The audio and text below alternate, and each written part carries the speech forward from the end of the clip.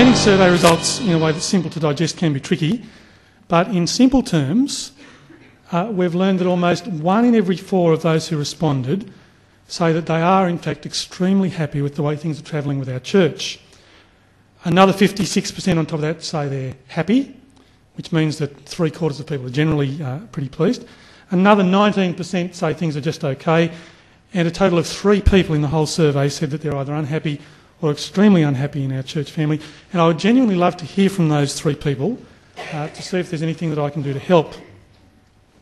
But here are a couple of the comments that came back just to set the tone, like this one that said, "I really love our church and feel that I'd like to become more involved in time. The solid teaching of the word and the love and acceptance shown by people in the church really have made this church the one for us."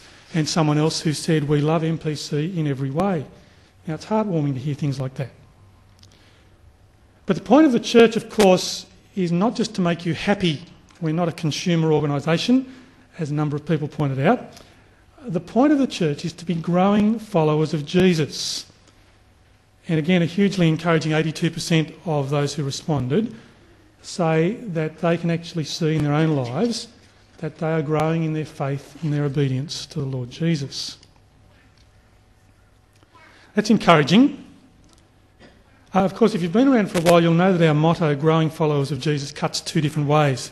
It's not just about growing as followers of Jesus, it's about growing new followers of Jesus. And we work hard to be a plain English church where we teach the Bible in a way that's clear and easy to understand, a church where the pathway in for new Christians isn't obscured by jargon and unfriendliness, a church where it's actually meant to be really easy to invite your non-Christian friends along. But here's a point, I think, for real concern.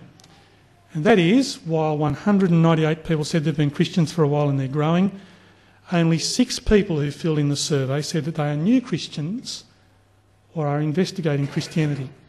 Now, I'm sure there are more people in that category among us who didn't fill in the survey, but of those who did fill in the survey, there are only 3 people who say they're investigating Christianity and are interested, and 3 people who call themselves new followers of Jesus.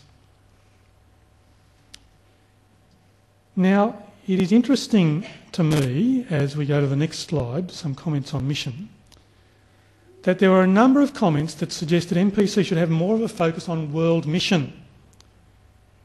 81% of people say that they think we're an outward-looking church. But you know, the real issue is when it comes to evangelising the north side of Brisbane, the place where we live, is anyone actually doing the hard yards of praying for their neighbours and inviting them to hear about Jesus? Because you see, that's where new Christians are going to come from in our church. Did you realise that in the latest census results, that Presbyterian and Reformed churches, and that's where most of the Bible teaching churches are, Presbyterian and Reformed churches on Brisbane's north side dropped in numbers by 20% in the last 10 years. Muslims, on the other hand, increased by 60%. Buddhists more than doubled. There are still slightly more Presbyterians around than Buddhists and Muslims, but they're growing and we're shrinking. Now, our biggest mission field is the people who said on the census that they've got no religion at all. There's a 35% increase in that category over the last 10 years, while the total number of all types of Christians dropped 4%. We have got a mission on the north side of Brisbane. Now, a small way that we're working on that is through our Love Your Neighbourhood program this year, the challenge that we set to be actively getting to know and showing love to your neighbourhood. It was encouraging to see that 87% of people said that they're aware of our Love Your Neighbourhood challenge. Maybe a little less encouraging that only 11% said that they're absolutely doing something about that, which, again, in one way is a little bit discouraging. But looking on the positive side, that is actually 22 neighbourhoods where people are meeting a Christian and being cared for in surprising ways. Something like Love Your Neighbourhood is actually just a small starting point in our mission to reach our part of our city. Of course, the next step, and the scary step, is to actually try inviting someone who you know is not a Christian to hear David Cook next Sunday, find out what a Christian actually is. Now, in a way in our church, I've always been a little bit cautious about using jargon words like evangelism, because I've kind of assumed that people who are growing Christians don't need jargon words to remind them that Jesus said we are meant to be sharing the good news with the people around about us.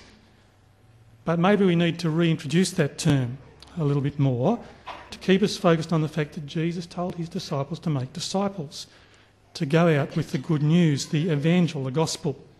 And you make those disciples from people who aren't disciples.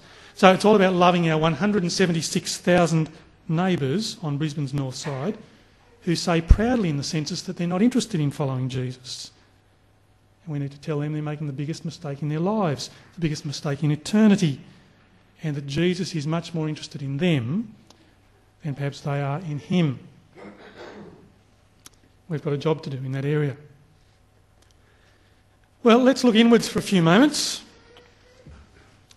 And it's actually good to know that 72% of people who responded say they feel part of our church family or else are heavily involved. But of course, you've got to remember that leaves 24% or 57 people who responded who say they're feeling on the edge of things.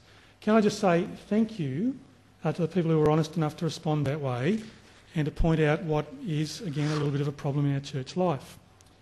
Because while we're doing a very good job of first-time welcoming, the problems come after that. You'll see 64% of people who were new in the last 2 years said they had an absolutely positive experience on arrival, and the rest were reasonably happy.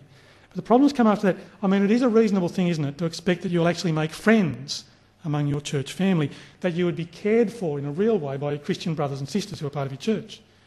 And all of that goes way beyond the first-time welcome. So, while there have been some really encouraging comments from people who are settling in, like this one, we've been here 2 years now and really feel at home. We appreciate the thoughtful contemporary approach to the Christian faith and the faithful teaching of the Bible. Also highly value the excellent guest speakers, Bible teaching weekends, food for thought dinners, all those other good things. It was great to hear from people like that whose experience has been positive. But, and there's another one like this one. Having only been at MPC for a relatively short time, I've been so surprised and appreciative of the warm welcome I've received. There's someone who's come from a traumatic church situation and has found real comfort here. But on the other hand, sadly, lots of other people have had a different experience of being new and find that it's hard to break into genuine friendships. After the first few visits, people can be forgotten about, someone said. Relationship building is needed rather than just a smile and the small talk.